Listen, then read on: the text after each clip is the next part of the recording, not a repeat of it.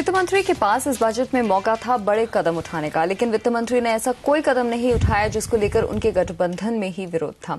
Corporate India को इस बात से निराशा रही कि सरकार ने ग्रोथ को बढ़ाने के लिए बड़े फैसले नहीं लिए, उल्टे एक्साइज और सर्विस टैक्स बढ़ाकर डिमांड को और कम कर दिया है। आई थिंक जो फिस्कल डेफिसिट का नंबर जो इस बजट में अनाउंस किया गया है 5.1%, मेरे ख्याल से एक्चुअली ये बहुत ही प्रेगमेटिक और क्रेडिबल नंबर है। ये जो नंबर है ये एक अचीवेबल नंबर मुझे दिख रहा है, तो ये एक क्लियर डायरेक्शन आरबीआई को मिला है।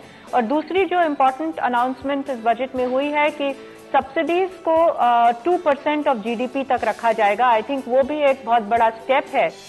इनकम इंडिविजुअल्स के हाथ में है, वो टच नहीं किया है, and that is a positive. So budget by and large mixed है। It could have been worse for the individual, it could have been worse for the corporate. The good news is that it is not. The bad news is that there is still a lot of areas that need address. I was hoping that the finance minister might announce, health insurance for BPL families to kickstart the concept of a national health insurance, a national health system. That didn't happen.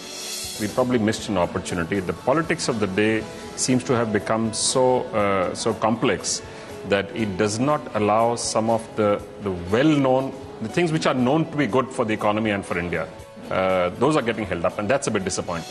मेरा तो ख्याल यही है कि tax तो उनको बढ़ाना था, उसका जरूर कुछ नेगेटिव इफेक्ट होगा, कुछ पॉजिटिव इफेक्ट होगा, मगर ओवरऑल बजट उनने इन पूरे सर्कमस्टेंसेस को देखते हुए उनने जितना अच्छा बजट बना सकते थे बनाया।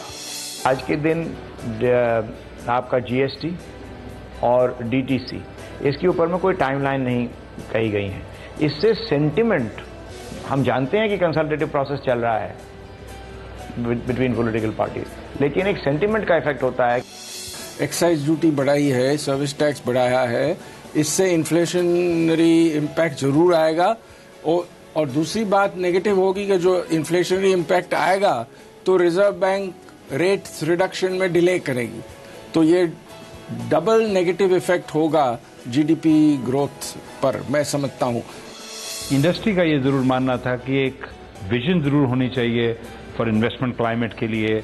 एक सेक्टर्स कुछ जो हम माने जा रहे थे, या insurance, financial services, multi brand retailing, defence production, FDI and aviation, वो अगर कुछ होता तो एक ग्रोथ मोमेंटम सा नजर आता है। जबकि उन्होंने इंफ्रास्ट्रक्चर पे बात की है, ईसीबीज की बात की है, एग्रीकल्चर एक्सटेंशन सर्विसेज की बात की है, तो एक उन्होंने एक बैलेंस अपने तरफ से एक रखा है बजट।